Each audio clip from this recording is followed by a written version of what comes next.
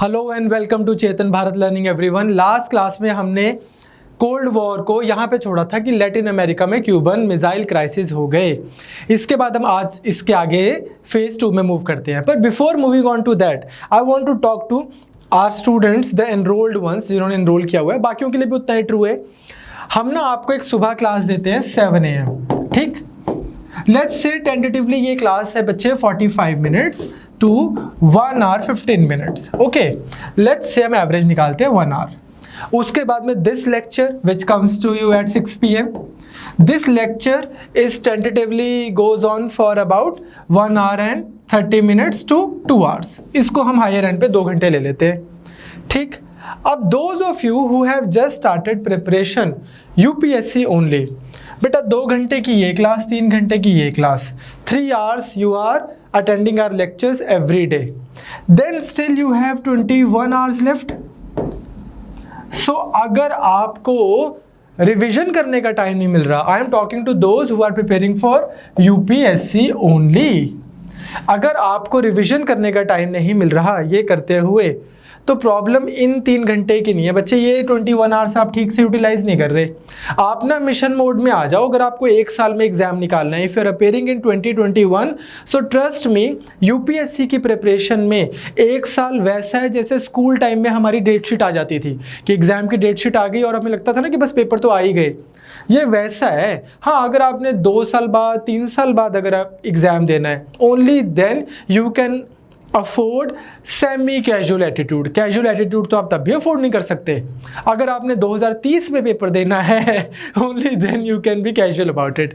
So these 21 hours must be utilized very carefully. अब उसमें आप लगा लो, आप 6-7 घंटे सोओगे भी, 7 hours आप लगा लो माइनस, ठीक, प्लस आप 3-4 hours और इधर उधर आप अपने वेस्ट कर देते हो, ठीक, प्लस आप मान लो आप बस यू स्टिल हैव 11 hours, आप फिर उसके बाद में 3 hours और यहाँ वहाँ लगा दो, ठीक, तब भी आपके पास में 8 hours है रिवीजन के लिए। अब आप देखो ना, आपको करंट अफेयर्स के नोट्स बनाने, क्योंकि इस क्लास के साथ में 7 AM वाली क्लास के साथ में हम आपको डेली नोट्स दे रहे हैं, ना आपको 6 PM वाली क्लास के नोट्स बनाने, ना आपको हम कुछ डिक्टेट करवा रहे हैं, हम आपको बस पढ़ा रहे हैं। अब अगर आप 7-8 घंटे दिन में नहीं पढ़ रहे, 5-6-7-8 घंटे नहीं पढ़ रहे, और आपने अभी 8-9 महीने में एग्ज़ाम देना है, तो कैसे होगा? हम ऑलरेडी उन बच्चों को पढ़ा रहे हैं, ऑलरेडी उन बच्चों के आंसर्स चेक कर रहे हैं जो सर्विसेज में है। कोई IAS बना हुआ है, कोई IPS बना हुआ है, रैंक इंप्रूवमेंट के लिए पेपर दे रहे हैं। अगर हमें उनसे compete करना है, जो कि हम आपको करवा देंगे अगर आप 9 महीने वैसे चलोगे जैसे हम आपको गाइड कर रहे हैं, पर अगर आप ये नहीं करोगे तो कैसे बात बनेगी, ठीक है। तो 2021 में अगर आपने एग्ज़ाम निकालना है तो आज से आपने, अब इसमें ये नहीं होता एक दूसरी चीज़ कि पहले दिन से ही आपको लगे कि यार मैं तो अब 8 घंटे सेल्फ स्टडी करूंगा, और अगर मेरी 8 घंटे नहीं हो रही, पहले दिन मेरी 3 घंटे हो रही है, तो then I am not cut out for this exam. ऐसे नहीं है। आप ना ग्रेजुअली धीरे धीरे इंप्रूव करते जाओ। Start with 2 hours of revision every day, take it to 2.5 hours, 3 hours, 3.5 hours। आप देखोगे ऑर्गेनिकली आपकी धीरे धीरे सेटिंग बननी शुरू हो गई। Some of you might be working, some of you must be studying for your final semesters in the exam. कोई कुछ कर रहा है, कोई कुछ कर रहा है, ठीक है। तो उसमें आपको ये नहीं है कि ओके आज मैंने 8 घंटे नहीं पढ़ा तो बस फिर मेरी तो प्रिपरेशन ही नहीं हो रही। एवरेज आप मान के चलो कि 5 hours प्लस की आप डेली सेल्फ स्टडी निकालो। 5 घंटे आप खुद पढ़ो, 3 घंटे हम पढ़ा रहे हैं। आप बड़ी जल्दी देखोगे, जो मैं आज आपको वर्ल्ड हिस्ट्री पढ़ा रहा हूँ, मतलब कोल्ड वॉर पढ़ा रहा हूँ, एक दिन भरत सर कराएंगे, आपकी रिविजन हो जाएगी। फिर कभी हम कुछ करेंगे, न्यूज़पेपर्स में आप देखोगे पहले 3 से 4 महीने ये एग्जाम पहाड़ लगेगा आपको।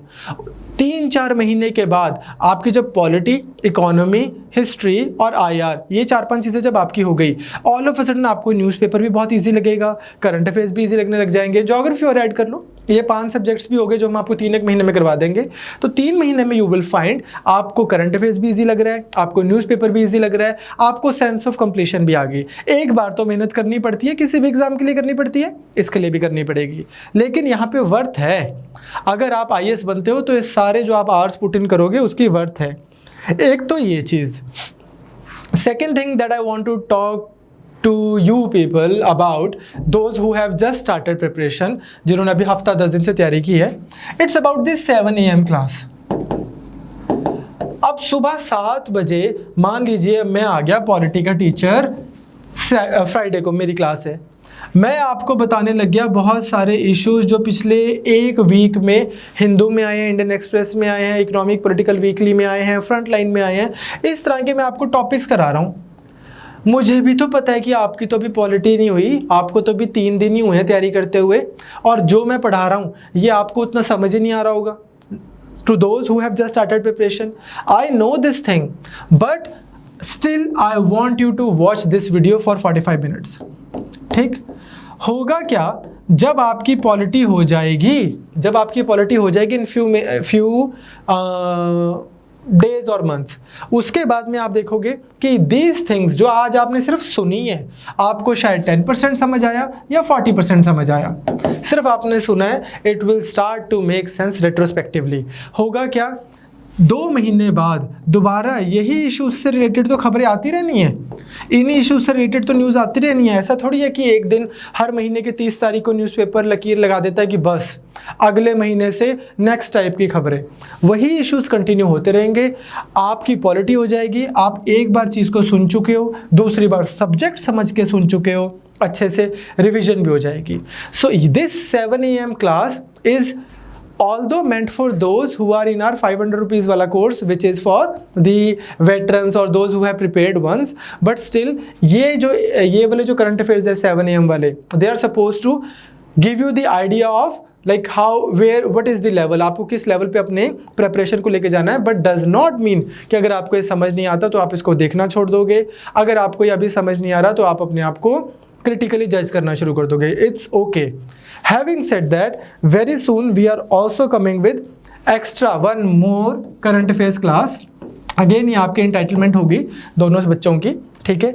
इसमें हम बिल्कुल बेसिक लेवल के फिर भी आपको चीज़ें बता दिया करेंगे। जैसे कि मान लो अभिषेक सर आए, अभिषेक सर ने अपनी करंट अफेयर्स की इकोनॉमी की क्लास में आपको करवाया ईज ऑफ डूइंग बिजनेस से रिलेटेड बहुत सारी चीज़ें। तो हम एक बेसिक स्टार्ट कर देंगे क्लास, जिसमें बस हम आपको ये बता देंगे ईज ऑफ डूइंग बिजनेस होता क्या है। या आज सुबह 7 बजे भरत सर ने एक रिपोर्ट कराई है, उस रिपोर्ट में बहुत सारी टर्म्स यूज़ हो रही थी, साइक्लोन्स, एंटी साइक्लोन्स, इस तरह की चीज़ें, low pressure, high pressure and so on, इस तरह की चीज़ें। तो आप में से बहुत बच्चों को शायद वो समझ ना भी आई हो, जिन्होंने अभी प्रिपरेशन शुरू की है, लाइफ में पहले ज्योग्राफी पढ़ी नहीं है, कॉमर्स बैकग्राउंड से है। तो डोंट वरी, आपको फिर भी उस 7 AM वाली वीडियो को देखते रहना है। आपके लिए हम एक 20 to 30 मिनट्स की एक और प्लेलिस्ट बना रहे हैं, जिसमें हम आपको बिल्कुल बेसिक से करंट कराते रहेंगे, ताकि आपको 7 AM वाली क्लास समझने में आसानी हो जाए, ठीक है। तो this was essentially for those who have been preparing for UPSC only and they have just started their preparation and they intend to take exam in 21 और 22. सेकेंड लॉट जो हमारे पंजाब PCS के बच्चे हैं, यही आपके लिए भी ट्रू है यार। 2 घंटा आपको रात को पढ़ाते हैं, 1-1.5 घंटे की अभी ये क्लास चल रही है, 1 घंटा 1 महीने में आपका सिलेबस हो जाएगा। अगर इस 1 महीने में आपकी सेल्फ स्टडी 1 घंटा कम भी हुई, सिर्फ 1 आवर कम, बाकी सारा टाइम आप पढ़ रहे हो, मैं अज्यूम करके चल रहा हूँ, क्योंकि आपने अगर 2 महीने में PCS देना है तो फिर अब नहीं पढ़ रहे तो कब पढ़ोगे। अगर आपकी 1 घंटा कम सेल्फ स्टडी हुई, लेकिन इस चक्कर में आपका 1 महीने में सिलेबस खत्म हो जाता है, you will have the rest of the entire time until your exam for self study only, ठीक।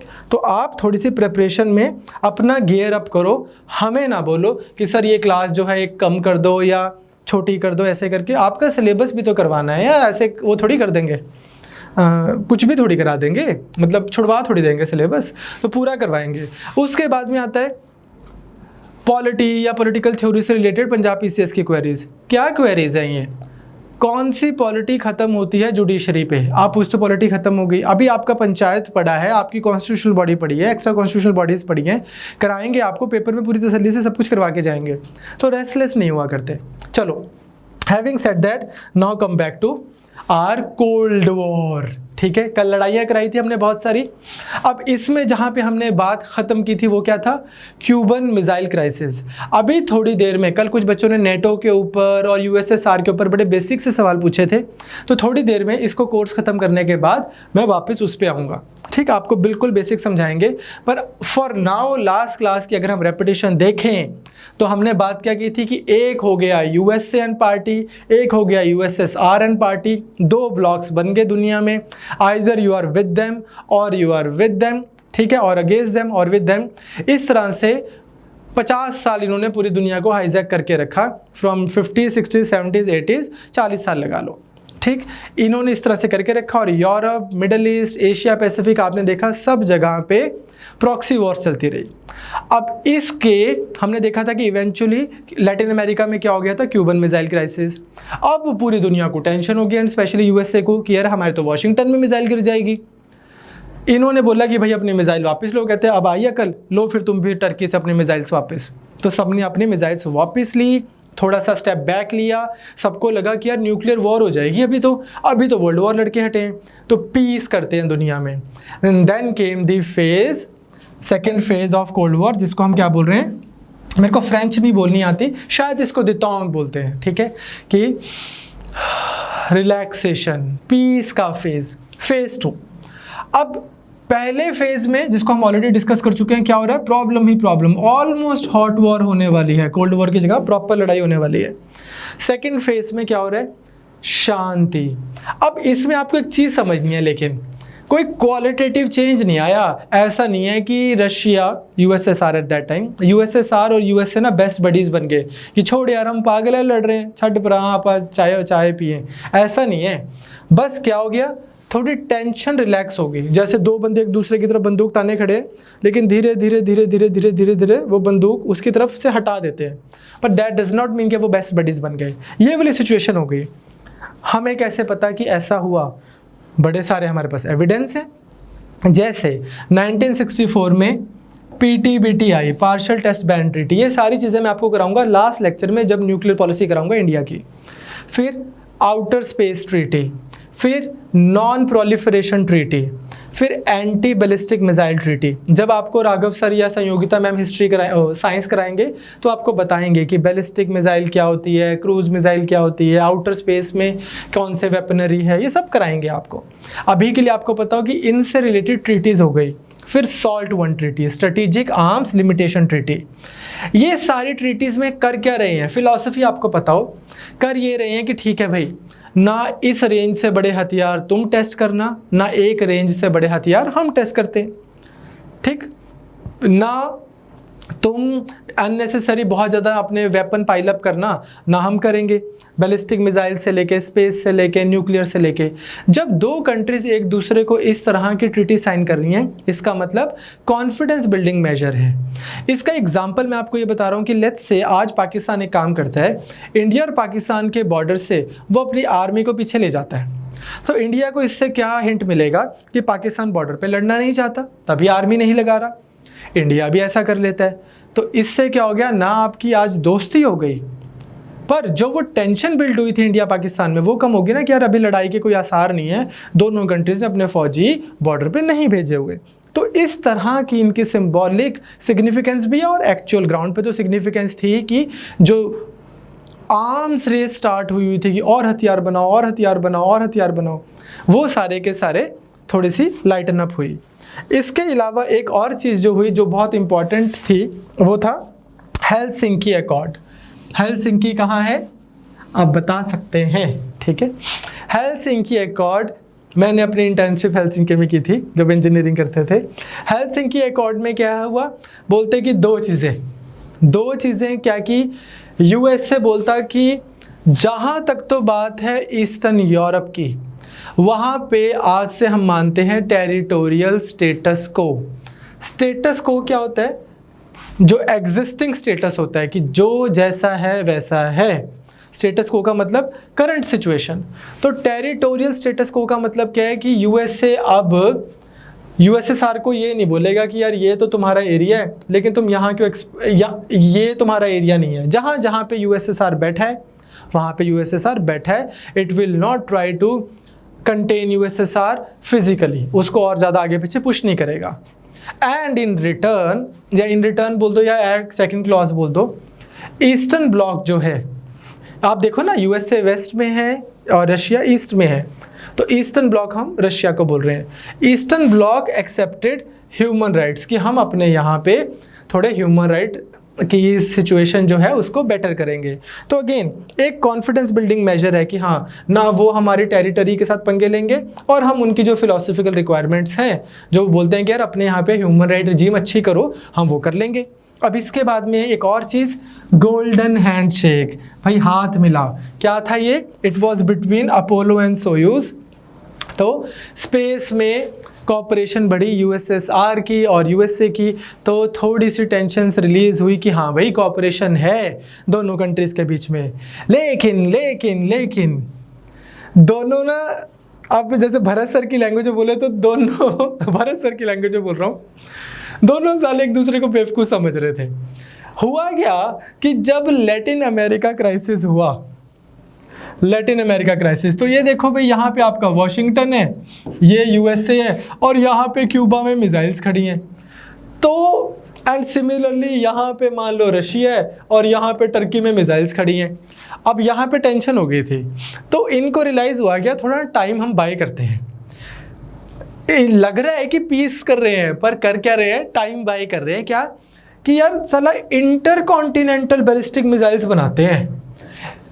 सोच अगर मेरे पास ऐसी कैपेबिलिटी होगी, मॉस्को से फेंकी मिसाइल सीधा वॉशिंगटन में और वॉशिंगटन से फेंकी मिसाइल सीधा मॉस्को में, ये झंझट ही नहीं करने पड़ेंगे लाइफ में कि यार उसके बिल्कुल पड़ोसी के साथ मिसाइल लगा के रखो या इसके पड़ोसी के साथ मिसाइल लगा के रखो।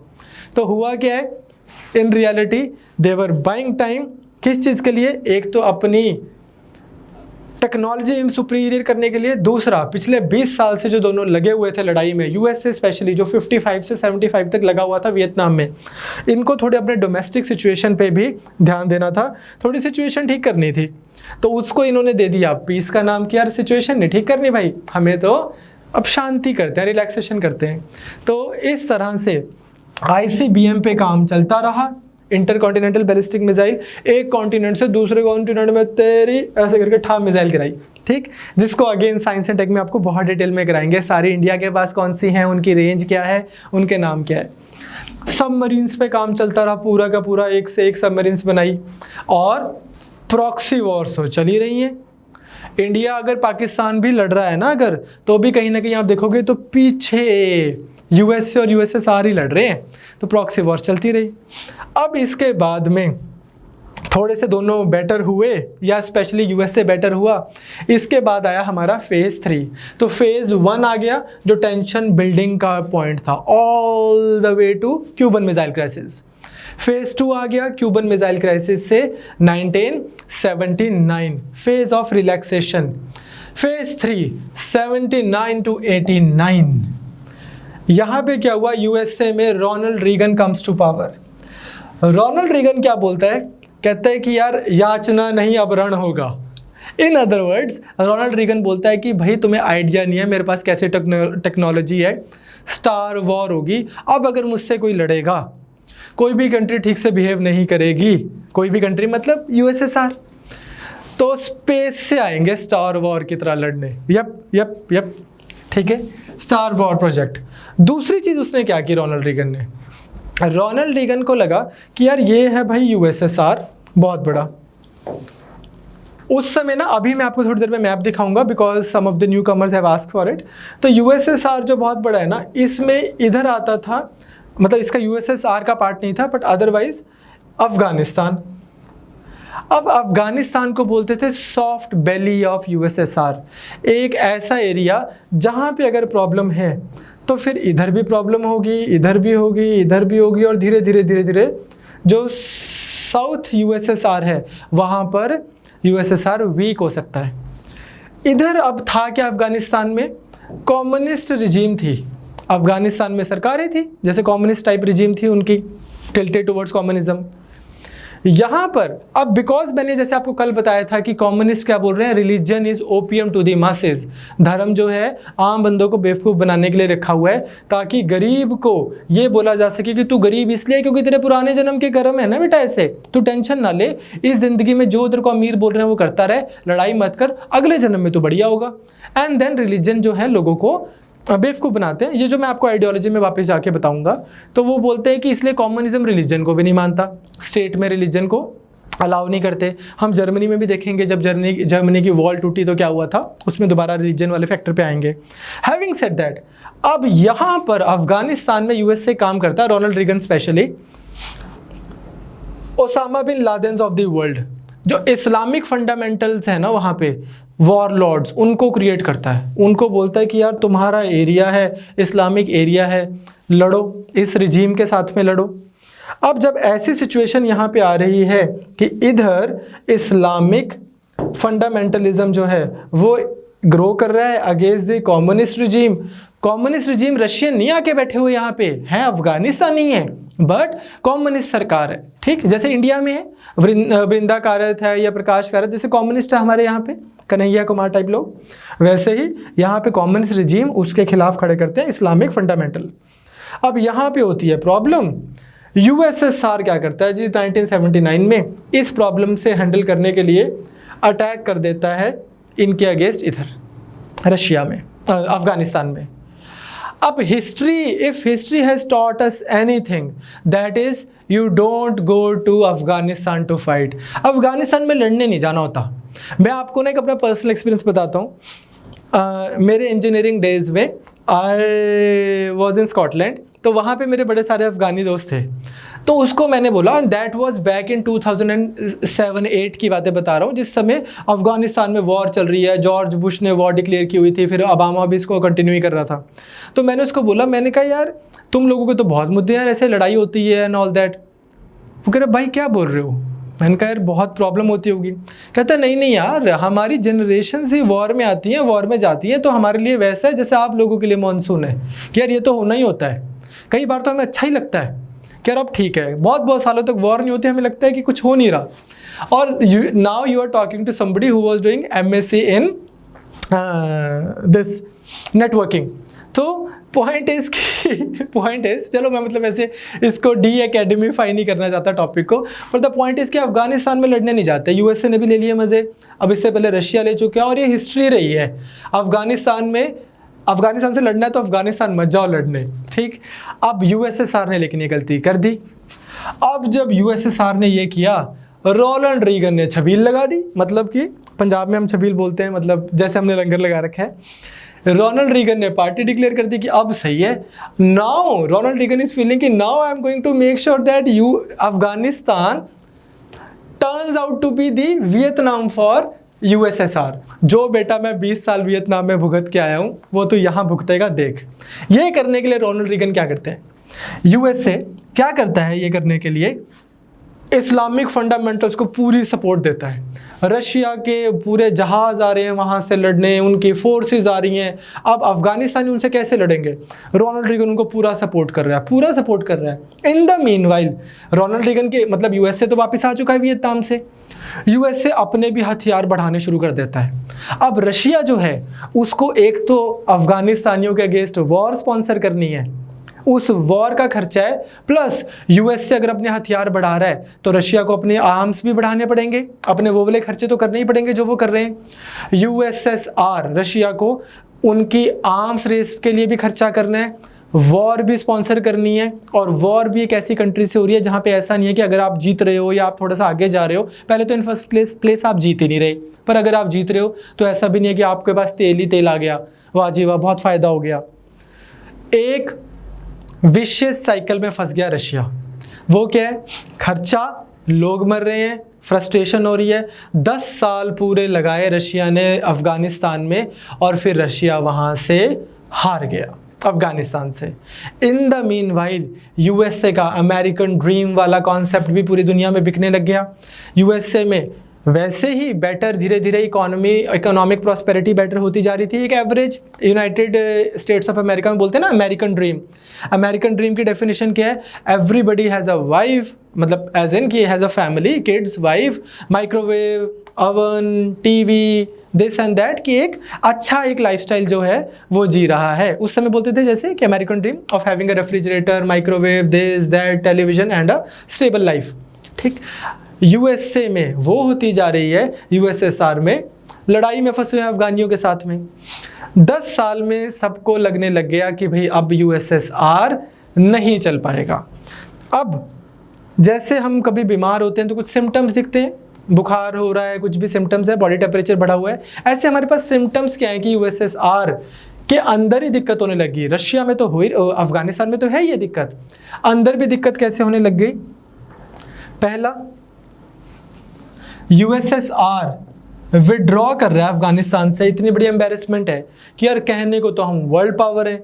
वो बात अलग है कि अभी कुछ टाइम पहले ही 14 साल पहले अमेरिका भी ये एम्बेरसमेंट झेल के हटा है, पर अब यूएसएसआर भी झेल रहा है, वो वियतनाम के केस में या अफगानिस्तान के केस में। दूसरा क्या चीज़ होती है, अभी मैं आपको मैप दिखाऊंगा तो आप देखेंगे कि लेट्स टेक, ये है साहब पूरा यूएसएसआर, इसमें ये इतना एरिया आप लगा दो जो रशिया है, जो उस समय भी था, रशिया था, लेकिन पूरी कंट्री को, इस पूरी बॉडी को, फेडरेशन को बोलते थे यूएसएसआर, यूनाइटेड सोवियत जो ये फेडरेशन है, ठीक। अब यहाँ पे और कंट्रीज हैं छोटी छोटी जो इनके साथ में लगी हुई थी कि हाँ यार हम तुम्हारे साथ हैं, आप आगे बढ़ो।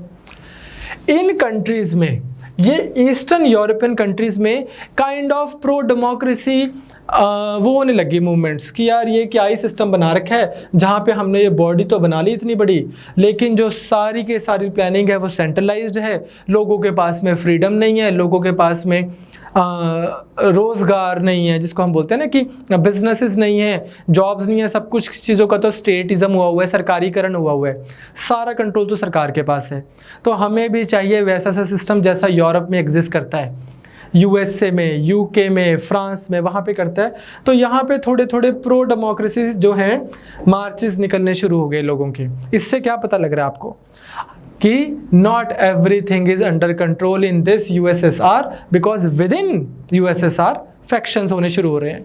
नेक्स्ट क्या है, pro democracy and capitalist movement तो हो रही हैं, nationalist and separatist movement in central Asia and other republics of USSR, जो ये वाला एरिया है जिसको अभी हम देखेंगे तजाकिस्तान, कजाकिस्तान, इस टाइप का जो एरिया है, यहाँ पे क्या होने लग गया, नेशनलिस्ट मूवमेंट कि हमें अब अपना अलग फ्लैट लेके उधर रहना है, हमें इस फैमिली में नहीं रहना, ठीक, I don't like it here, वो होने लग गया। वो कैसे हो रहा है कि ये कंट्रीज बोल रही हैं कि हमें यूएसएसआर में नहीं रहना, अलग सेपरेट कर दो हमें, तुम सेपरेट होना है हमें। और radical reformist movements with in Russia. तो ये देखो, अब यहाँ से आपको एक चीज़ समझ आती है लेकिन कि जो पुराने लीडर्स का फियर रहा था कि यार अगर हमारी जो पेरिफेरी है इधर अगर मूवमेंट्स आएंगी तो कल को ये रशिया में भी आएंगी, वो बिल्कुल सही फियर था, उनके डायग्नोसिस ठीक थे, हाँ वो उसको मेंटेन नहीं कर पाए, उसका इलाज नहीं कर पाए बीमारी का। तो देखो यहाँ से जो नेशनलिस्ट मूवमेंट स्टार्ट हुई, ये जो ईस्टर्न यूरोपियन बाकी नेशंस हैं, वही मूवमेंट्स फिर रशिया में भी होनी शुरू हो गई, नेशनलिस्ट मूवमेंट होनी शुरू हो गई और रशिया वीक फील करने लग गया अंदर ही अंदर। अब लेकिन एक सवाल तो हमने बीच में छोड़ ही दिया, हमने देखा कि यार हाँ ठीक है भाई, ये वॉर करने गया था, हार गया, वॉर करने तो अमेरिका भी गया था, वियतनाम वो भी हार गया था, फिर यहाँ पे ये सिम्टम्स क्यों दिख रहे हैं, यूएसएसआर इतना वीक क्यों होता जा रहा है, यूएसएसआर टूट क्यों गया, डिसइंटीग्रेट क्यों हो गया। तो हमारा जो नेक्स्ट टॉपिक है वो है reasons for the disintegration of USSR, इसी का एक दूसरा बना लो, reasons for the victory of USA, if we may say so, कि victory of USA in cold war, और reasons for the defeat of USSR in the cold war. तो next topic हम करते हैं reasons. Alrighty, before starting to see how USSR disintegrated, let's have a quick look at USSR because कुछ बहुत beginners बच्चे बोल रहे थे कि सर ये थोड़ा सा बता दो। यार ये देखो, ये देख रहे हो आप, ये दुनिया, ये है USSR। इसके अब बहुत सारे ऐसे भी साथी हैं जो यूएसएसआर के पार्ट नहीं हैं पर यूएसएसआर से प्यार करते हैं, जैसे कि इंडिया होता था 1971 के बाद, हम इंडिया के और रशिया के अच्छे रिलेशन रहे हैं पर इंडिया इसका पार्ट नहीं है यूएसएसआर का। तो खैर इसमें देखो ये सबसे बड़ा हो गया रशिया, ये जो है ना सबसे, ये अब लड़कों को 2-3 ही कलर पता होते हैं, उनमें से डार्क रेड कलर लगा लो, Russia, Estonia, Latvia, Lithuania, Belarus, Ukraine, Georgia, Armenia, Kazakhstan, Uzbekistan, Turkmenistan, इस तरह से देश हैं, इन सब ने बना रखा है यूएसएसआर। अब यूएसएसआर में हो क्या रहा है, बेसिकली ये कॉन्फेडरेशन तो बन गई, इसकी ना एक स्ट्रॉन्ग सेंट्रल प्लानिंग हो रही है, इसी के लिए सब कुछ हुआ है। यूएसएसआर ने जो किया है ना, ये सब कम्युनिज्म में मान रहे हैं, कम्युनिस्ट हैं, और यहाँ पे यूएसएसआर ऐसा सोच रहा है कि इन सबको अपने साथ में रख के हम पूरी दुनिया में कम्युनिज्म फैलाएंगे। अब शायद आपको दोबारा समझ आ रहा होगा। अब आप देखो, अगर लेट्स टेक अफगानिस्तान में दिक्कत हो रही है, इस्लामिक फंडामेंटलिज्म राइज कर रहा है, जो कि डोनाल्ड रीगन ने ट्राई किया सक्सेसफुली, तो वो फिर सेंट्रल एशिया में भी आएगा। सेंट्रल एशिया में आएगा तो फिर वो जो इधर के रशिया की जो मुस्लिम डोमिनेटेड एरिया है वहाँ पे भी आएगा, जो कि हो गया। आज भी चेचन्या वगैरह में एक रिलीजियस उसके ऊपर, बेस के ऊपर फ्रीडम मूवमेंट्स चलती हैं। तो इस तरह से इसको लग रहा था कि यार यहाँ से अगर दिक्कत शुरू होगी तो वो हमारे इधर तक पहुँच जाएगी। गलत नहीं लग रहा था। मैंने like I said in the earlier class, the diagnosis was right, they couldn't handle something that they actually diagnosed. दूसरा सवाल बच्चों ने पूछा था नेटो के बारे में, नेटो के मेंबर कौन है? तो ये क्या है ना, नॉर्थ अटलांटिक अमेरिकन्स होंगे इसके मेंबर्स, अमेरिका और यूरोपियन नेशंस। एक बच्चे ने पूछा था कि इंडिया मेंबर है क्या? इसका एलिजिबल ही नहीं है, इंडिया यूरोप में नहीं है, इंडिया उधर नहीं है, नॉर्थ अमेरिका में नहीं है। बट यूएस से इंक्रीजिंगली इंडिया को ऐसे वाली स्टेटस देता जा रहा है डिफेंस में। अभी बस इंडिया यूएस से रिलेशन शुरू करेंगे 2 दिन में, यू विल सी, जो वो अपने नेटो के जो उसके फ्रेंड्स हैं उनके साथ उनको देता है। इसमें एक बच्चे ने पूछा था कि NATO, Navdeep I think ask, कि ये नेटो जो है ये काइंड ऑफ स्ट्रेटेजिक अलायंस है। भाई आउटराइटली मिलिट्री अलायंस है, एक कंट्री से लड़ाई करो सारे पहुंचेंगे अपने हथियार लेके, ठीक। आउटराइटली प्रॉपर मिलिट्री अलायंस है, नेटो की फोर्सेज हैं, फौजें इनकी जो जाती हैं कंट्रीज में लड़ने, ठीक, इकट्ठे होके। तो अभी जो है ये मैं आपको जो बता रहा हूँ मेंबर्स, ये नेटो की ही वेबसाइट से लिया हुआ स्क्रीनशॉट है। ये 24 मार्च को उन्होंने इसको अपडेट किया है। ये मैं आपको क्यों बोल रहा हूँ, क्योंकि यूक्रेन की बात चल रही है नेटो के अंदर उसको ऐड करने की। तो यूक्रेन को ना काइंड ऑफ स्टेटस मिला हुआ है नेटो का मेंबर बनने का। लास्ट लेकिन जो वेबसाइट दिखाती है वो एंट्रेंस किसकी है, नॉर्थ मैसेडोनिया 2020 में इसको ऐड किया है। इससे पहले क्रोएशिया, अल्बानिया, लाटविया। अब आप एक चीज़ समझ रहे हो, अगर हम अपनी पिछली स्लाइड पे जाएं, ये है रशिया। रशिया टूट गया, क्यों टूटा उस पर मैं आ रहा हूँ। लेकिन आज क्या हो गया, वो कंट्रीज जो पहले, लाटविया जैसी कंट्रीज, एस्टोनिया जैसी कंट्रीज जो पहले यूएसएसआर की पार्ट थी, आज ना सिर्फ इंडिपेंडेंट है बट नेटो की पार्ट है। इसका मतलब रशिया के बिल्कुल बैकयार्ड में, पड़ोस में अमेरिकन फोर्सेस खड़ी हो सकती हैं, नेटो फोर्सेस खड़ी हो सकती हैं। तो Russia has every reason to feel कि यार ये डिसइंटीग्रेशन बढ़िया है, ये कोल्ड वॉर का एंड बढ़िया है, जहाँ पे हमारे नेबरहुड में तुम्हारी फोर्सेस खड़ी हैं। और रशिया तो वल्नरेबल फील करेगा, करता है। तो उसी पे अब हम आ रहे हैं 2 मिनट में। पर आई होप आपको समझ आया है कि रशिया एक सबसे बड़ी पावर है इसके अंदर। एक सेकेंड, सबसे बड़ी पावर है यूएसएसआर के अंडर, ठीक है, क्लियर। तो आप देखते हैं इसके मेंबर्स, थोड़ा सा कर्सरी नज़र मार लो, कभी सवाल ऐसे नहीं आएगा कौन कौन से नेटो मेंबर्स हैं। अगर आएगा तो अगर आपने पूरा आईआर ध्यान से सुना, आप कॉमन सेंस से कर दोगे। तो बेल्जियम, कनाडा, डेनमार्क, फ्रांस, जितने भी यूरोपियन कंट्रीज़ हैं, Norway, Portugal, United Kingdom, United States, Greece and Turkey. ये मैंने आपको तभी कराया था कि पहले यूएस से इधर उधर इंटरफेयर नहीं करता था शुरू में। फिर जब इन्होंने ग्रीस एंड टर्की को ग्रांट दी थी, याद है मैंने बोला था इकोनॉमिक बाइपोलैरिटी शुरू कर दी थी। तो जर्मनी को तो ऐड कर ही लिया था नेटो में इन्होंने। इसी वजह से, अगेन मैं आपको एक दोबारा बताता हूँ, इसी वजह से नेटो बना ही था ढंग से। अब एक चीज़ मैं आपको उस समय के लिए बताई भी थी, शायद रिवाइज करा देता हूँ। जर्मनी में होना क्या था, बताया था कल, एक बार 1 सेकंड के लिए दोबारा रिवीजन देख लो। जर्मनी को 4 पार्ट्स में डिवाइड करना था। 4 पार्ट्स में से एक पार्ट के ऊपर यूएसए का कंट्रोल रहना था, एक पार्ट के ऊपर यूएसएसआर का कंट्रोल रहना था, एक पार्ट के ऊपर यूके का, नॉट नेसेसरली ज्योग्राफिकली इसी ऑर्डर में, और एक पार्ट के ऊपर फ्रांस का। अब बर्लिन जो सिटी है वो आती थी यूएसएसआर के पार्ट में, लेकिन बोलते कि उसके भी 4 पार्ट्स कर देंगे और उसको भी इसी तरह से बांटेंगे यूएसएसआर ने। और फिर इन्होंने क्या किया, ये जो 4 पार्ट्स थे यूके, फ्रांस और रशिया के, ये वाले जो 3 पार्ट्स रह गए रशियन पार्ट को छोड़ के, उसको जोड़ के बना दिया एक पार्ट। और बोलते ये है जी ईस्ट वेस्ट जर्मनी, इसकी सरकार भी बना दी और इसको नेटो में भी ऐड कर लिया। तो इन्होंने फिर ये दीवार ही बना दी यहाँ पे ईस्ट जर्मनी ने, इधर वाले जर्मनी ने, इन्होंने दीवार बनाई, बोलते ये आयरन कर्टन है, इस तरफ से जो कोई कूदेगा, 150-200 लोगों को मारा भी गया है तकरीबन। लोग फिर भी यहाँ से इधर जाते रहते थे, कोई हंगरी के इलाके से, ऑस्ट्रिया से होते हुए, मैंने ऑस्ट्रेलिया बोल दिया, हंगरी ऑस्ट्रिया से होते हुए यहाँ पे लोग माइग्रेट करते थे। तो वेस्ट जर्मनी के जो लोग थे, इनको वीज़ा लेके ईस्ट जर्मनी में आना अलाउड था, लेकिन ईस्ट जर्मनी के लोगों को यहाँ जाना अलाउड नहीं था। लेकिन लोग तो जाते थे, क्योंकि इस तरफ क्या था, प्राइवेटाइजेशन थी, डेवलपमेंट ज़्यादा होने लग गई थी। तो अपॉर्चुनिटीज़ के चक्कर में रशियन साइड ऑफ जर्मनी से लोग, डॉक्टर्स, इंजीनियर्स बहुत सारे यहाँ माइग्रेट करते थे। और एक टाइम ऐसा है जब ये चीज़ सस्टेन नहीं की जा सकी, और फिर एक मिसकम्युनिकेटेड प्रेस कॉन्फ्रेंस से, उतनी डिटेल में हमें जाने की ज़रूरत नहीं है, एक मिसकम्युनिकेटेड प्रेस कॉन्फ्रेंस से लोगों को लगा कि सरकार ने बोला है कि ये दीवार राइट नाउ तोड़ी जा सकती है, सरकार ने बोला है कि इस दीवार से उधर लोग जा सकते हैं। तो ईस्ट जर्मनी के लोग आए, उन्होंने क्रेन्स लेके, जेसीबी, हेज हैमर्स लेके, हथौड़े लेके दीवार तोड़ दी थी, ठीक।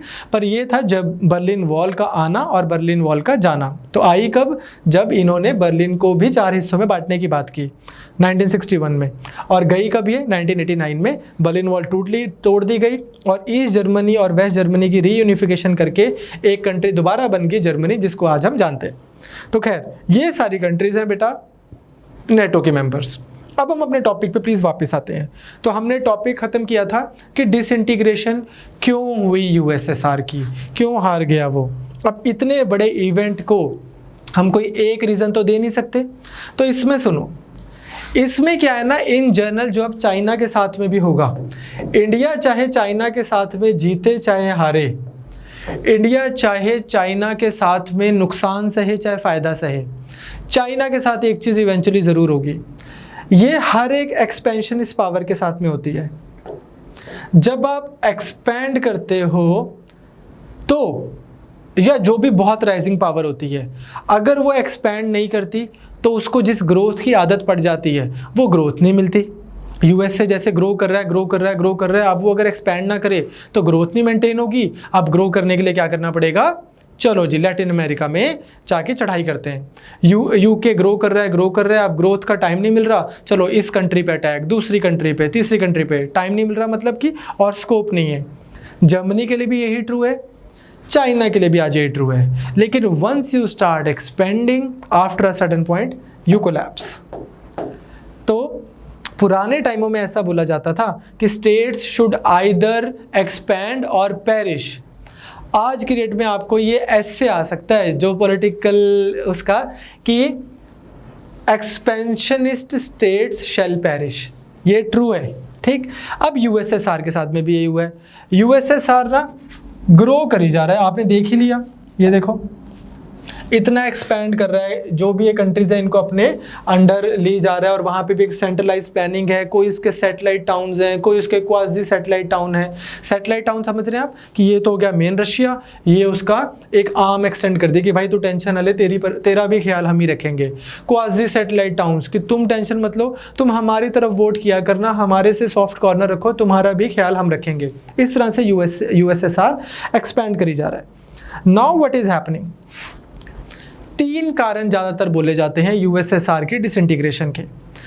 और ये आप इससे ना राइटिंग स्टाइल भी सीखो, जब आपको मेंस में सवाल आएगा तो इस तरह से आपने करना है कि events like this can not be attributed to a one reason, there could be some major reasons, but however there are multiple factors such as, एक लोग बोलते हैं कि यार USSR died its own death, इसके खुद के ही बस का नहीं रहा।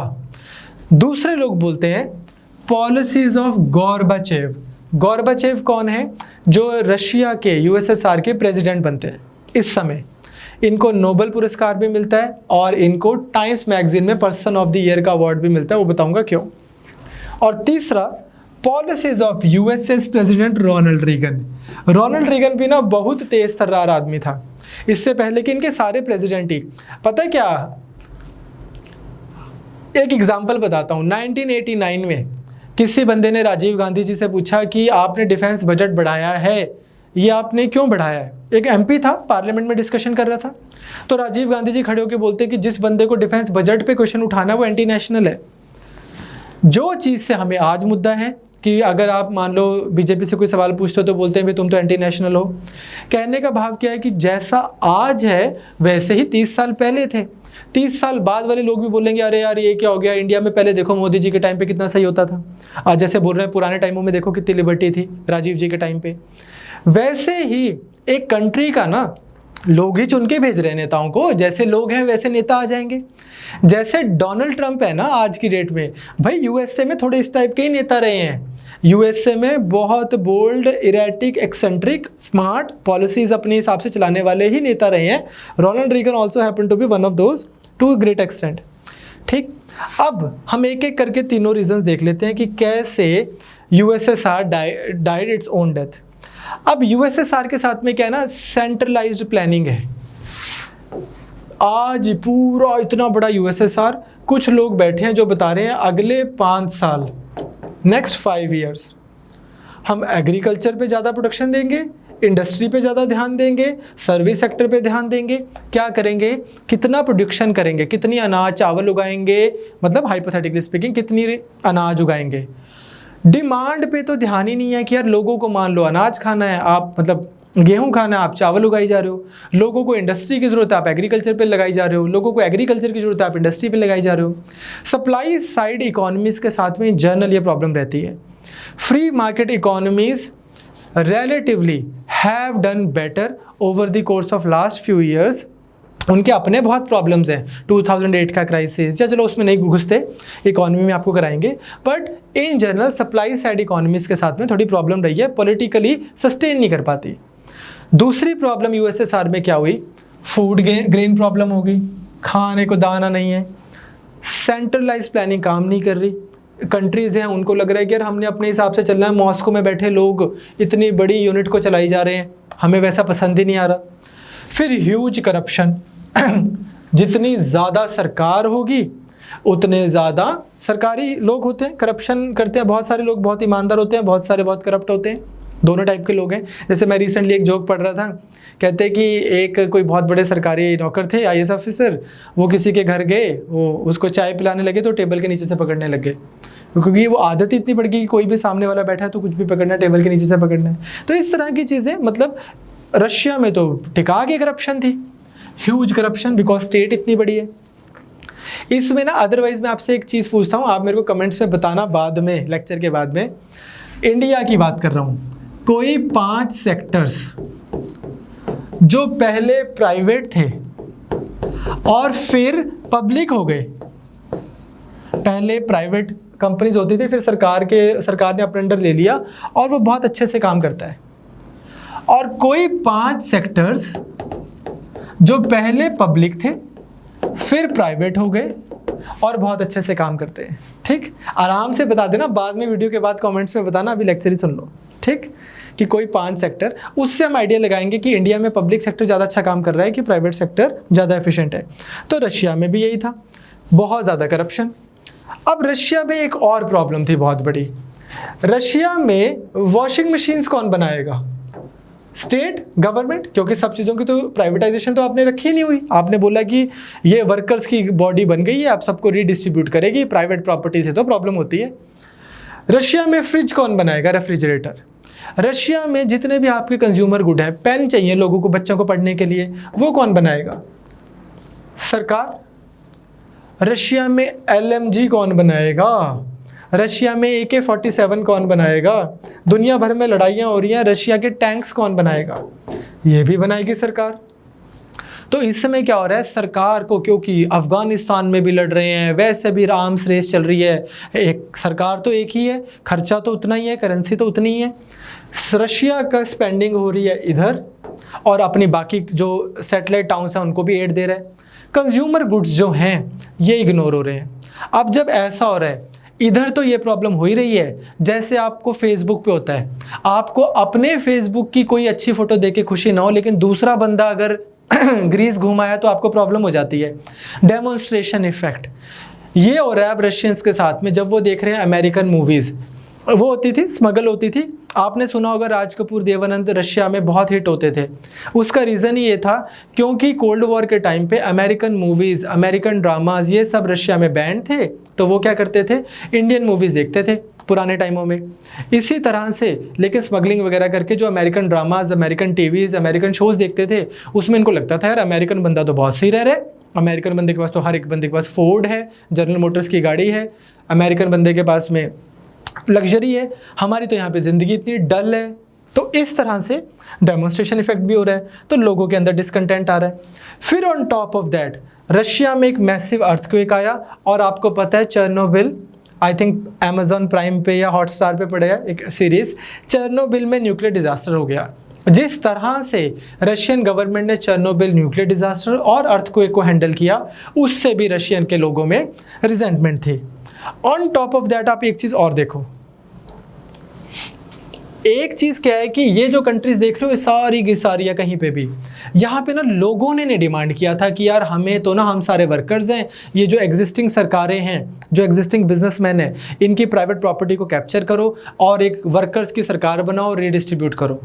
हुआ क्या था इधर, क्योंकि रशिया वर्ल्ड वॉर 2 लड़ रहा था, इस सारे एरिया में इनकी आर्मीज थी, इनके लिए बड़ा इजी था कि चलो भाई हमने डिसाइड कर लिया तुम्हारे लिए, तुम वर्कर्स हो, तुम्हारा फ़ायदा इस चीज़ में है, ये लो हमने इक्वालिटी करनी है, इवेंचुअली हमने बना दीजिए कम्युनिस्ट स्टेट। सो कहीं ना कहीं communism did not come from the root level to above, but it was imposed on people as you know through the authoritative system. तो वो जो अथॉरिटेरियन नेचर ऑफ स्टेट थी ना, वो लोगों की मर्जी से नहीं थी। अब एक टिपिकल इंडिविजुअल की एक आदत होती है ह्यूमन बीइंग की, चाहे वो अपनी मर्जी से सारा दिन एक कमरे में बैठा रहे, पर अगर 5 मिनट के लिए वो बैठा और कोई बाहर से कुंडी लगा दे कि तूने बाहर नहीं निकलना, तो 5 मिनट में वो विचलित हो जाएगा। You understand? तो इस तरह से लोगों को भी प्रॉब्लम हो रही है, बिकॉज उनकी अपनी चॉइस तो है नहीं कि यार हाँ हमने ये करना है। ठीक बात। तो आपको food crisis, food grain crisis हैं, सप्लाई क्राइसिस हैं, कंज्यूमर गुड क्राइसिस हैं, करप्शन है, नेचुरल कैलामिटीज़ हो रही हैं, इन सारे कारणों से रशिया बहुत परेशान है। अब उसके बाद में एक और चीज़, यूएसए में ये प्रॉब्लम्स क्यों नहीं हो रही? एक तो फ्री मार्केट इकोनॉमी है, फ्री मार्केट इकोनॉमी में सब लोग बिजनेस कर रहे हैं, इकोनॉमी ग्रो कर रही है। यूएसए के पास एक और एडवांटेज है जो आप लोगों को भी ध्यान रखना है यूपीएससी करते हुए। वो क्या है? यूएसए के दोस्त कौन है? फ्रांस। यूएसए के दोस्त हैं यूके, इजराइल, वेस्ट जर्मनी, इस तरह के, नीदरलैंड्स, है ना, ऐसे वाली कंट्रीज। ये सब कौन है? अमीर अमीर लोग। इसके जो दोस्त है ना एलाइज, वो अमीर है, इस पे फाइनेंशियली उस तरह से डिपेंडेंट नहीं है। यूएसए अब जैसों में रहोगे, पुराने बुजुर्ग बोलते ना, जिद्दा दे रहोगे उद्दा ही हुंदा जा रहा है, जैसे लोगों में रह रहे हो वैसा ही होता जा रहा है। यूएसएसआर के साथ में ये भी बहुत बड़ा मुद्दा है कि उसको अपने सैटेलाइट और क्वाजी सैटेलाइट टाउन्स के लिए भी उसको सपोर्ट करना है। तो इसलिए यूएसएसआर अपने ही वेट के तले दबता जा रहा है। इस वजह से वो सब जो मैंने आपको सिम्टम्स कराए थे, नेशनलिस्ट मूवमेंट्स पहले इधर होने लग गई, पहले इधर एरिया में होने लग गई, बाद में इधर होने लग गई। ठीक बात, क्लियर? तो रशिया तक होने लग गई। तो एक तो रीज़न हमने पहला कर लिया कि USSR died its own death. दूसरा, ये सबसे इंपॉर्टेंट है, जो पंजाब पीसीएस का एग्जाम दे रहे हैं उनके प्रीलिम्स में भी आ सकता है। एक, इसको भी अगेन मेरे को आती नहीं है वाली लैंग्वेज, तो आई थिंक इनको बोलेंगे एलेक्स डी टोकोविल। ठीक है, एलेक्स टोकोविल क्या बोलते हैं? Tyrannies collapse not when they are at their worst but when they try to reform themselves. अब अगर मान लो आप किसी को ब्लू टिक पे छोड़ते हो शुरू से, उसको आदत है कि यार ये ब्लू टिक पे छोड़ देता है, इसको टेक्स्ट मैसेज करना नहीं आता, लेकिन जब आप दिन में 2 बार रिप्लाईज करना शुरू कर देते हो, अब प्रॉब्लम है। अब जब आप तीसरी बार रिप्लाई नहीं करते तो उसको लगता है कि तूने मेरा मैसेज इग्नोर किया है। Point being, when you are trying to improve, that's where the problem starts. Father बहुत डोमिनेटिंग हो और बच्चा घर पे हो, पूरी ज़िंदगी फादर ऐसा रहे तो बच्चा ना मर जाएगा, लेकिन पूरी ज़िंदगी ना ऐसे रहेगा, यार पापा सुनते नहीं, पापा सुनते नहीं। लेकिन अगर फादर डोमिनेटिंग है बहुत ज़्यादा, और बाद में धीरे धीरे फादर जब उसको स्पेस देना शुरू कर देगा, तो क्या होएगा? बच्चे को लेगा, अब मैं बताता हूँ पापा को, 30 साल से मैं सुन ही रहा था, आज मेरे में भी दम आ गया।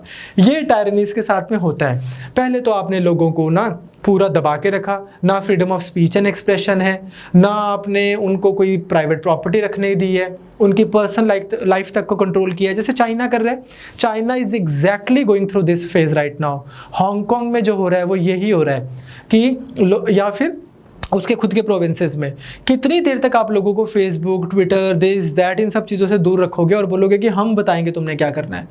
थोड़ा सा रिफॉर्म करेंगे, लोगों को freedom of speech and expression मिल गया, लोगों ने फिर धड़ धड़ धड़ सरकार के खिलाफ लिखना शुरू कर देना है। यहाँ पे भी यही हुआ है। गोर्बाचेव आया नया प्रेसिडेंट यूएसएसआर में। अब जो यूएसएसआर में वो आया है उसको कैसा यूएसएसआर मिला है, इस टाइप का, जहाँ पे प्रॉब्लम्स ही प्रॉब्लम्स है जो हम करके हटे हैं।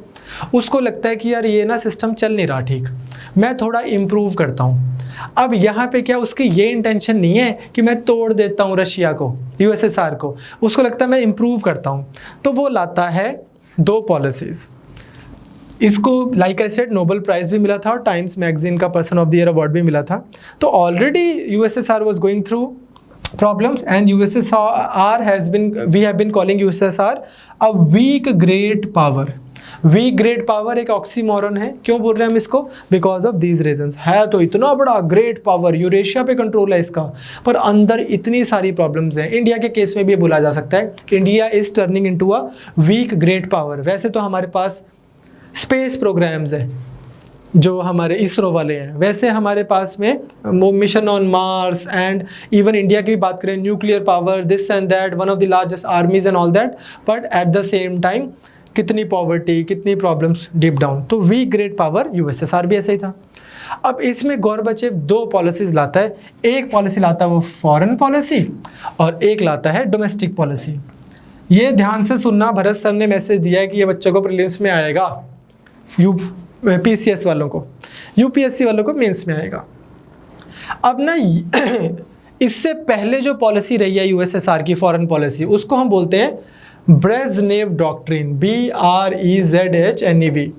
ब्रेजनेव डॉक्ट्रिन क्या बोलती है कि ये तो है रशिया और ये है इसके नेबर्स जो यूएसएसआर के ही पार्ट है, इन सब के ऊपर प्रॉपर रशियन कंट्रोल रहेगा, प्रॉपर सेंट्रलाइज प्लानिंग रहेगी। गोर्बाचेव इस चीज़ को कर देता है कैंसल और वो देता है सिनात्रा डॉक्ट्रिन। सिनात्रा एक सिंगर है, म्यूजिशियन जो गाने गाते थे। उनका एक गाना आया था जिसका नाम था माय वे, ठीक है, जैसा था ना इट्स माय लाइफ, वैसा वाला। माय वे का मतलब क्या है? ये पॉलिसी का मतलब है कि ये जो साथ में छोटे छोटे देश हैं ये अपने हिसाब से अपनी पॉलिसी बना सकते हैं, इनको हम थोड़ी फ्रीडम दे रहे हैं। तो पहली पॉलिसी क्या हो गया, फॉरेन पॉलिसी में सिनात्रा डॉक्ट्रिन का आना और ब्रेजनेव डॉक्ट्रिन का जाना। डॉक्ट्रिन का मतलब एक तरह के नियम प्रणाली, ठीक। तो ये आपको याद रखना है मेंस में लिख के आने के लिए और प्रीलिम्स में भी। दूसरा गोर्बाचेव जो लाता है, जो सबसे इंपॉर्टेंट है, इसलिए मैंने इसका कलर भी रेड किया हुआ है, वो क्या है? 2 पॉलिसी लाता है, पेरेस्ट्रोइका एंड ग्लासनोस्ट। पेरेस्ट्रोइका का मतलब क्या है? Economic restructuring. थोड़ा थोड़ा ना वो प्राइवेट सेक्टर को भी अलाउ करता है, थोड़ा थोड़ा लिबरलाइज करता है इकोनॉमी को, सरकार का कंट्रोल थोड़ा कम करता है रशिया के बीच में ही। ये है रशिया के बाहर की पॉलिसी, ये है रशिया के अंदर की पॉलिसी। तो थोड़ा थोड़ा वो फ्रीडम क्रिएट करता है सबके लिए, पेरेस्ट्रोइका। अब दूसरी ग्लासनोस्ट पॉलिसी, जिसका मतलब है political openness, a kind of democracy, freedom of speech and expression they the, press को लिखने की आज़ादी दे दी। इससे पहले तो पूरी कम्युनिस्ट रिजीम है ना, तो आप क्या लिखोगे? कम्युनिज्म के फेवर में ही लिखोगे। पूरी आपकी ऑल कंट्रोलिंग सरकार बना चुके हैं वर्कर्स। इसीलिए तो जो ये आते हैं सोशलिस्ट, आते बड़ी अच्छी मंशा से हैं, सबसे बड़े कैपिटलिस्ट बन के बैठ जाते हैं ऊपर। ऐसा हमें पिछले 100 साल का इतिहास बता रहा है, आगे पता नहीं क्या होगा। तो पेरेस्ट्रोइका और ग्लासनोस्ट से क्या हुआ? रशिया में ऑलरेडी लोग जो सफ़र कर रहे हैं करप्शन से, सप्लाई प्रॉब्लम से, सेंट्रलाइज्ड इकोनॉमी से, इन सब चीज़ों से, उनको वॉइस भी मिल गई, प्राइवेट उनको थोड़ी ज़ुबान भी मिल गई, सरकार से अब डर थोड़ा कम हो गया। उन्होंने मचा दिया शोर कि हम अलग हो रहे हैं, हमें नेशनलिस्ट मूवमेंट्स हो रही हैं कि हम नहीं रह रहे भाई इसमें यूएसएसआर सिस्टम में। धीरे धीरे यूएसएसआर सिस्टम ब्रेक होना शुरू हो गया। पोलैंड, हंगरी, रोमानिया, बुल्गारिया, ये सब अलग होने शुरू हो गए और फिर धीरे धीरे तो रशिया टूट ही गया, सिर्फ रशिया अलग हो गया और पूरा यूएसएसआर टूट गया, रशिया अलग हो गया, ये सारी कंट्रीज अलग होके बन गई बहुत सारी, 11 के आसपास कंट्रीज। अब तीसरा हमने जो फैक्टर किया था, पहला हमने किया था डाइड इट्स ओन डेथ, दूसरा गोर्बाचेव का रूल, जो रोल है, इसको आप दोबारा देख सकते हैं वीडियो में अगर आप लाइफ में पहली बार सुन रहे हैं इसको। तीसरा है role of Ronald Reagan. Ronald Reagan की एक पॉलिसी रही थी बेगर दाई एनिमी, जो तुम्हारा दुश्मन है उसको इकोनॉमिकली वीक करो अच्छे से, तो वो इसने किया। तो इसको भी कुछ श्रेय कुछ लोग देते हैं कि इसने ऐसा किया, और ऐसा करते करते हमने देखा यूएसएसआर डिसइंटीग्रेट हो गया। अब कोल्ड वॉर खत्म होगी, क्योंकि कोल्ड वॉर थी क्या, दो पोल्स के बीच में लड़ाई थी।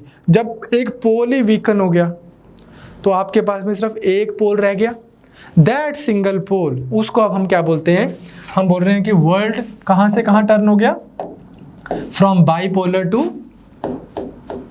Unipolar world. और इस वर्ल्ड में क्या हुआ, दुनिया की एक पावर निकल के आया, यूएसए की हेजेमनी। हेजेमनी का मतलब क्या है कि लोगों के दिलों पर, दिमाग पर और फिजिकली तो लोगों की पूरी कंट्रीज के ऊपर इसका कंट्रोल है ही है, इसकी पॉलिसीज ही चलती हैं। एक इस टाइप का रूल निकल के आया, यूएसए हेजेमनी। किसी और दिन आपको ढंग से कराऊंगा, ठीक। चले आगे। अब हमें कैसे पता कि कोल्ड वॉर खत्म हो गई, तो इसके लिए भी कुछ हमारे पास में प्रूफ्स हैं। पहली चीज़ है हमारे पास में माल्टा समिट। माल्टा समिट में क्या हुआ, गोर्बाचेव और जॉर्ज बुश सीनियर, जो अभी जॉर्ज बुश थे ओबामा से पहले, इनके पिताजी भी पहले यूएसए के प्रेसिडेंट थे, इन दोनों की माल्टा में मेडिटरेनियन सी में समुद्र के बीच में एक बहुत सही यार्ड के ऊपर मीटिंग हुई थी। उस मीटिंग में क्या हुआ, फॉर्मली डिक्लेयर किया गया कि official end of the cold war. कुछ स्टेटमेंट्स दी गई थी जिससे official and of cold war declare सा किया गया। दूसरी चीज़, इस ऑफिशियल समिट के बाद में स्टार्ट वन ट्रीटी आई, डिसोल्यूशन ऑफ वॉर्सो पैक्ट हो गया, वॉर्सो जो है वो ख़त्म हो गया, नेटो अभी भी एग्जिस्ट करता है, वॉर्सो ख़त्म हो गया। तो ये जो रशिया ने उस अपने अलाइंस के साथ में बनाई थी मिलिट्री अलायंस, वो डिसॉल्व कर दिया गया। और कोऑपरेटिव थ्रेट रिडक्शन नाम का एक लॉ आया, जिसको हम क्या बोलते हैं, नन लूगर एक्ट। ये दो लोग हैं जो यूएसए के सेनेट में बैठे थे, मतलब यूएसए के पार्लियामेंट में बैठे थे। ये क्या बोलते हैं, कहते हैं कि यार अब जब रशिया टूट गया, रशिया ने इतने देर से, जब यूएसएसआर टूट गया, I hope you don't mind me switching between Russia and USSR.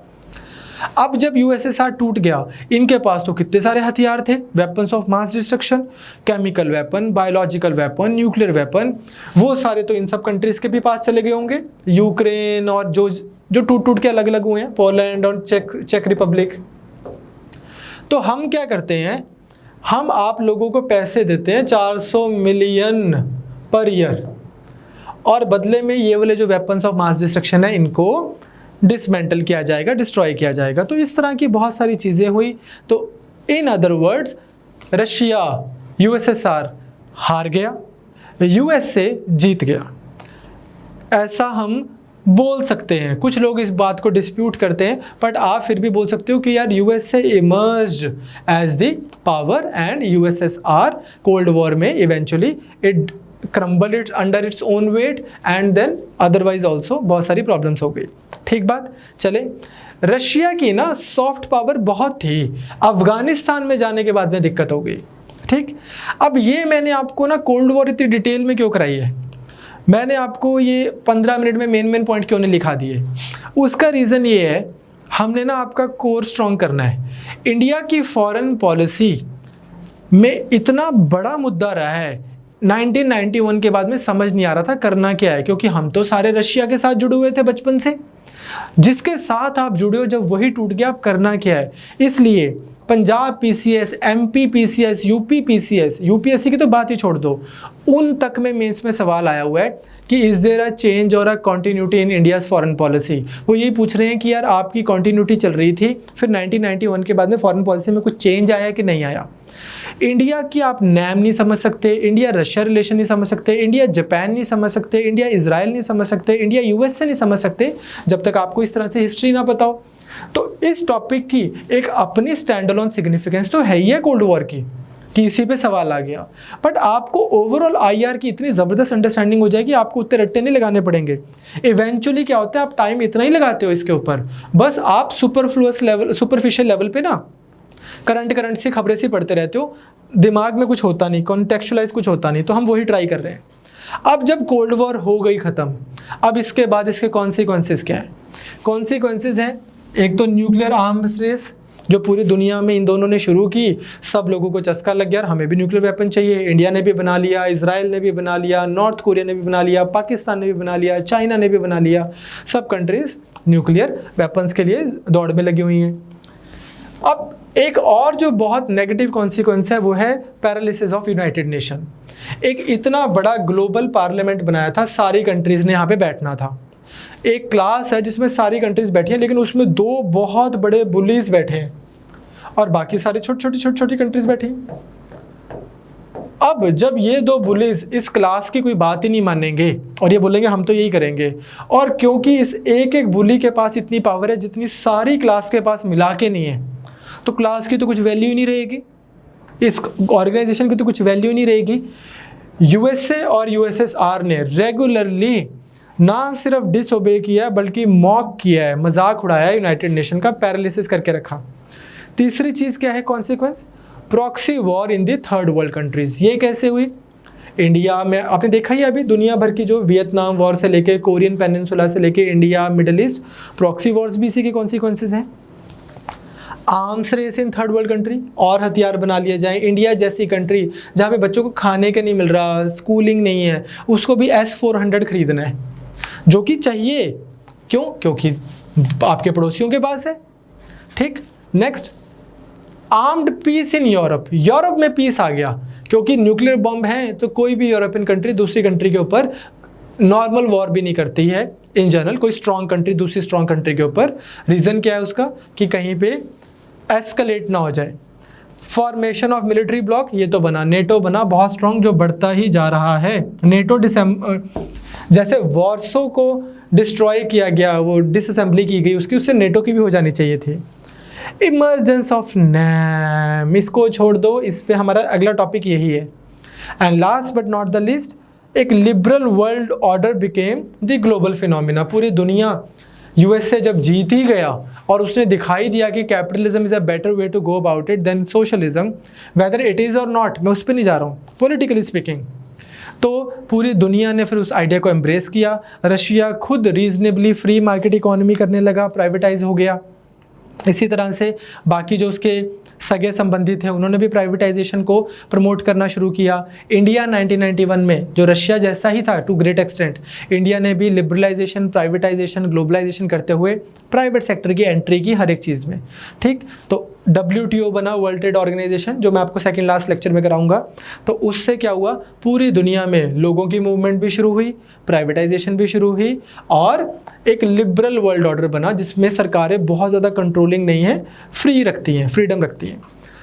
अब यहाँ पे हमारा एक, अब आपको कोई भी सवाल अगर आएगा कि what was cold war, what were the events, what were the consequences, what were the reasons, आप सब कर लोगे। एक सवाल अब हमने सिर्फ करना है कि ये जो लड़ाई थी कोल्ड वॉर, क्या ये ख़त्म हो गई? Do you think cold war is over? अब आप सोचोगे कि यार जब माल्टा सबमिट ही होगी, सब कुछ हो गया, तो ये सवाल ही कहाँ से उठता है? Do you think cold war between the US and Russia has ended? अब ये सवाल कहाँ से उठ रहा है, इसके लिए अपने को देखना है कि कोल्ड वॉर के बाद क्या डेवलपमेंट्स हुई रशिया और यूएसए में। Developments leading to the evolution of this so called cold war 2.0 1995 में। उसके बाद ये आपको एज इट इज़ याद नहीं रखना, ये बस आपको समझाने के लिए, आप आइडिया समझ पाओ, और इसके बाद में आपको न्यूज़पेपर पढ़ना है, ऐसे बच्चों का खेल हो जाएगा। 1995 में यूएसए बॉम्ब करता है बॉस्निया को, इधर के एरिया, सर्बिया को, इधर के एरियाज़ को बॉम्ब करने लग जाता है कि यार यहाँ पे जो सरकारें हैं ये आम लोगों को बहुत ज़्यादा परेशान कर रही हैं। कोई यहाँ पे एथनिक मेजॉरिटी है, दूसरी माइनॉरिटी को परेशान कर रही है, हमारी फोर्सेस जा रही हैं मैनिफेस्ट डेस्टिनी, दुनिया का भला करने।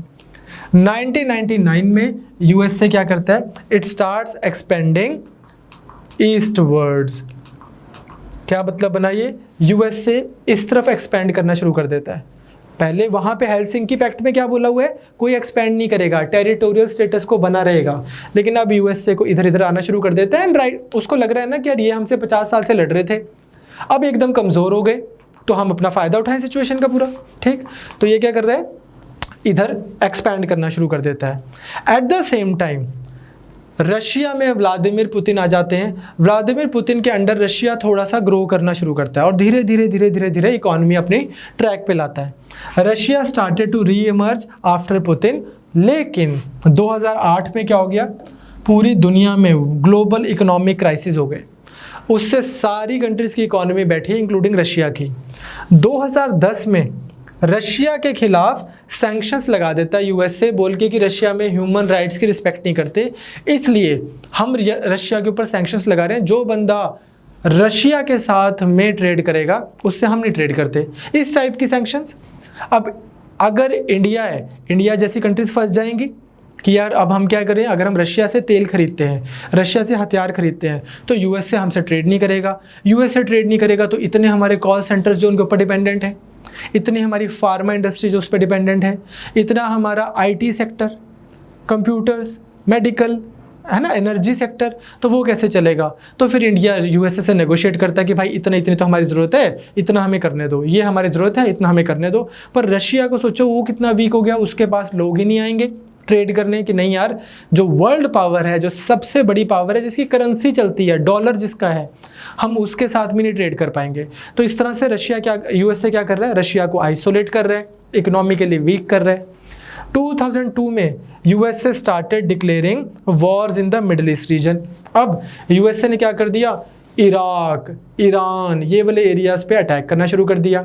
धीरे धीरे धीरे धीरे अब आप देखोगे इसके बाद में यूएसए और क्या करता है, फिर सीरिया में पहुंच जाता है। अब अगर ये सारे एरियाज डिस्टर्ब्ड हैं तो धीरे धीरे पता लगेगा तजाकिस्तान, कजाकिस्तान, उज़्बेकिस्तान, ये वाले एरियाज डिस्टर्ब हो जाएंगे। ये होंगे तो फिर उससे दोबारा रशिया के पड़ोस में डिस्टर्बेंस होगी, वो होगा तो रशिया के अंदर तक प्रॉब्लम हो जाएगी। तो रशिया के पर्सपेक्टिव से देखें तो यूएसए अभी भी लगा हुआ है।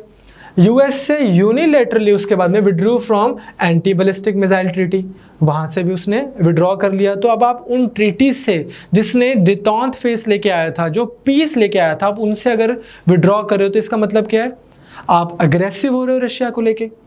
USA and Russia restarted deploying missiles in Georgia, Poland, Lithuania, चेक रिपब्लिक रीजन में।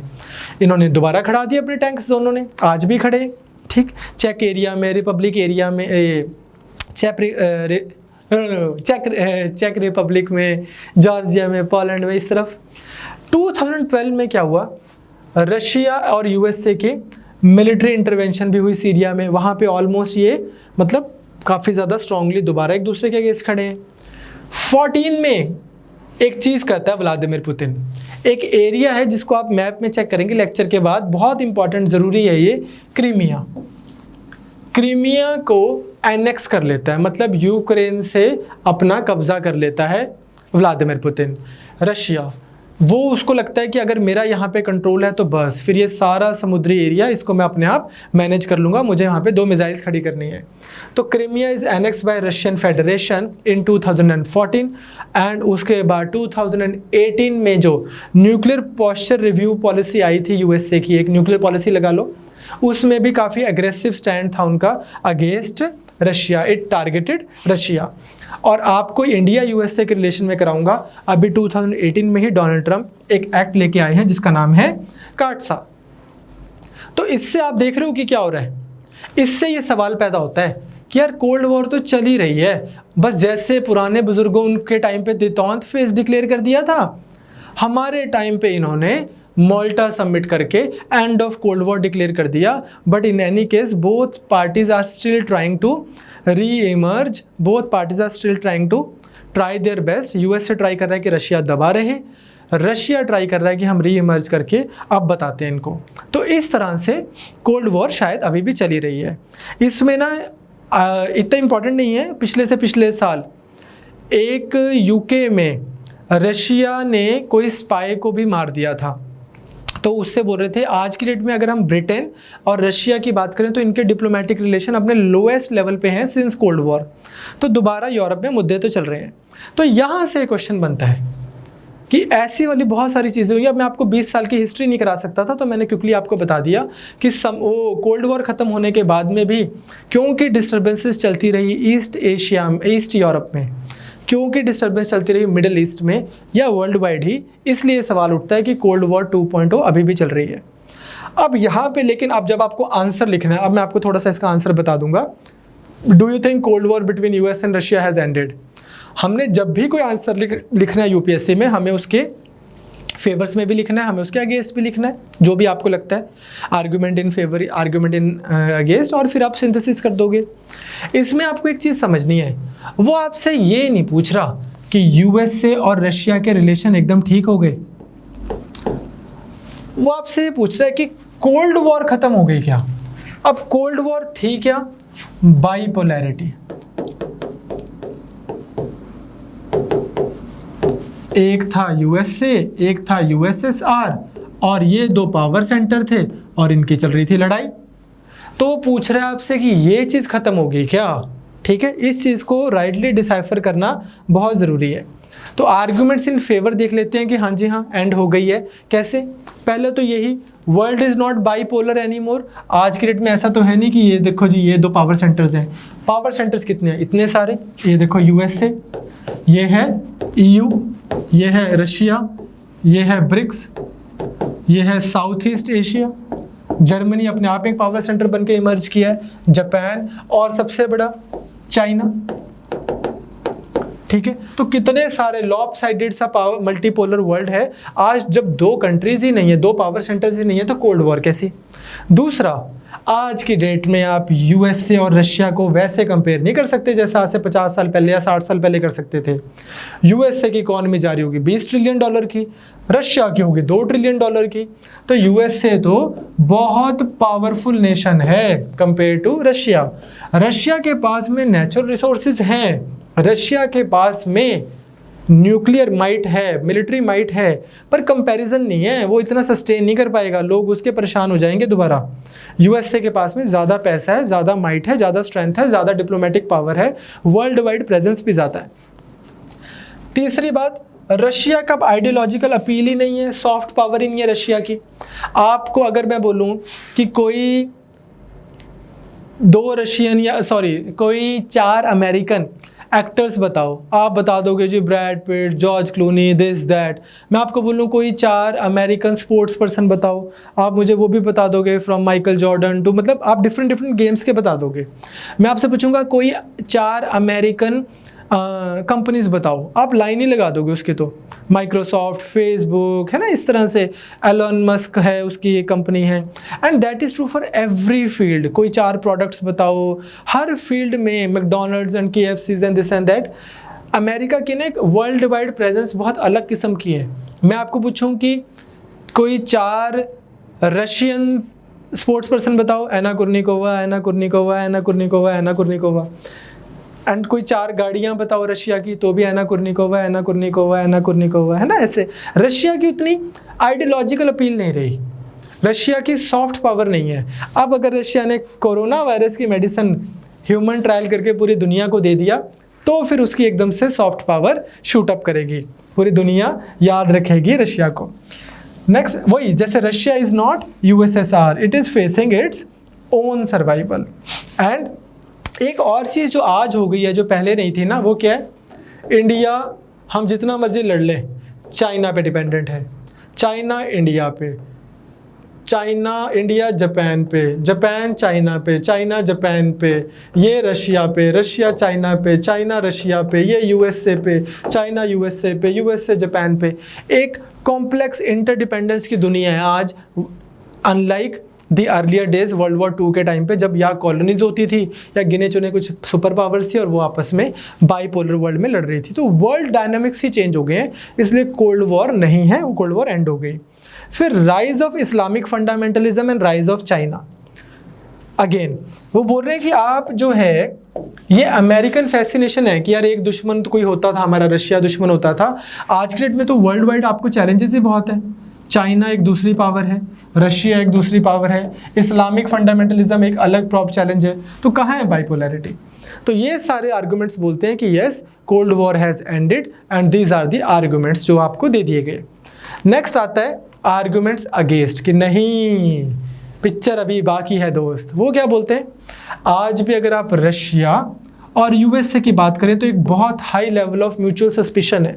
कैसे? यहाँ तक तो बोला जा रहा है कि रशिया ने अमेरिका के इलेक्शंस के साथ में वो किया है, टिकरिंग की है और डोनाल्ड ट्रंप को जिताया है। तो एक दूसरे के बीच में बहुत ज़्यादा इंटरफेरेंस है।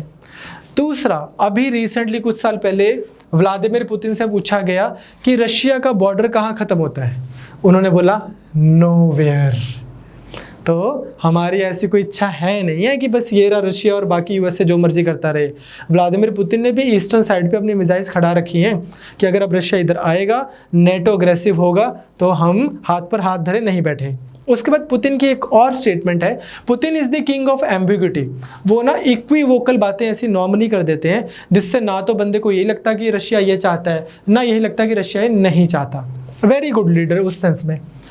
Anyone who doesn't feel the pain of collapse of USSR does not have a heart। जिस बंदे को यूएसएसआर टूटने की पेन नहीं है, उसका दिल ही नहीं है। इसको ये स्ट्रेटेजिक ब्लंडर मानते हैं व्लादिमीर पुतिन, यूएसएसआर को टूटना। तो बोलते हैं कि वो नहीं टूटना चाहिए था, बहुत ज़बरदस्त चीज़ थी। But whereas those who want to rebuild USSR, Anyone who thinks that doesn't have a mind। लेकिन अगर किसी को लगता है कि उसको दोबारा रीबिल्ड कर लिया जाए उसी तरह से, उसका दिमाग नहीं है। इसका मतलब यूएसएसआर जो है या रशिया का एक बड़ा लंबा चौड़ा सा एक हेजेमनी होना, कंट्रोल होना एरिया में, ये पुतिन के लिए एक इमोशनल आइडिया ज़रूर है, चाहे उसके लिए प्रैक्टिकल आइडिया ना हो।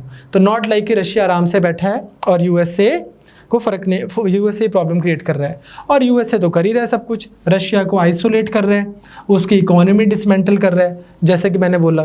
तो these are the arguments against it. तो आप यही बोल सकते हो कि यार इस टाइप की चीज़ें, जिस तरह से कोल्ड वॉर का ओरिजिन और कोल्ड वॉर का एंड हम किसी एक दिन पे नहीं डाल सकते। कहाँ से ट्रेस किया था हमने? कार्ल मार्क्स के आइडिया से, लेनिन के आइडिया से, मैनिफेस्ट डेस्टिनी से। वैसे ही इसका एंड भी जो है, हम ऑफिशियल कुछ जो हुई हैं समिट्स उसको हम मान सकते हैं, बट अदरवाइज आप यही लिखोगे कि इस टाइप के जो आइडियाज़ होते हैं ना, कोल्ड वॉर 2.0 या ये एब्रप्ट स्टार्ट और एब्रप्ट एंडिंग के नहीं है, एक बहुत ग्रेजुअल सा प्रोसेस है जिसको असेस करने के लिए टाइम लगेगा। ठीक बात। So now you know the arguments in favour and now you know arguments against it. So this winds up our cold war and everything. अब यार आपने यूपीएससी का पेपर देना है अगले अक्टूबर में, ये इसको आप करके रखो। कुछ भी अगर कोई डेवलपमेंट होगी वो मैं आपको पूरे 1 साल में करवाऊंगा। आई कैन गारंटी यू कि जो बच्चा 3 साल से 4 साल से तैयारी कर रहा है उसको जितना कि एग्ज़ाम के लिए यूज़फुल कोल्ड वॉर आता है उतना आपको भी आता है। बस इसके बाहर आपको करने की ज़रूरत नहीं है। मोर देन सफिशिएंट डिटेल में आपको करवाया है। अब हम करेंगे इससे नेक्स्ट टॉपिक, वो है नॉन अलाइंड मूवमेंट, कि जब ये सारी दुनिया से लड़ रही थी तो हमारे नेहरू जी क्या कर रहे थे। ठीक है, वो बोल रहे हम दोनों के साथ ही नहीं है, हम अपने थर्ड पार्टी बनाएंगे। ठीक, चलो।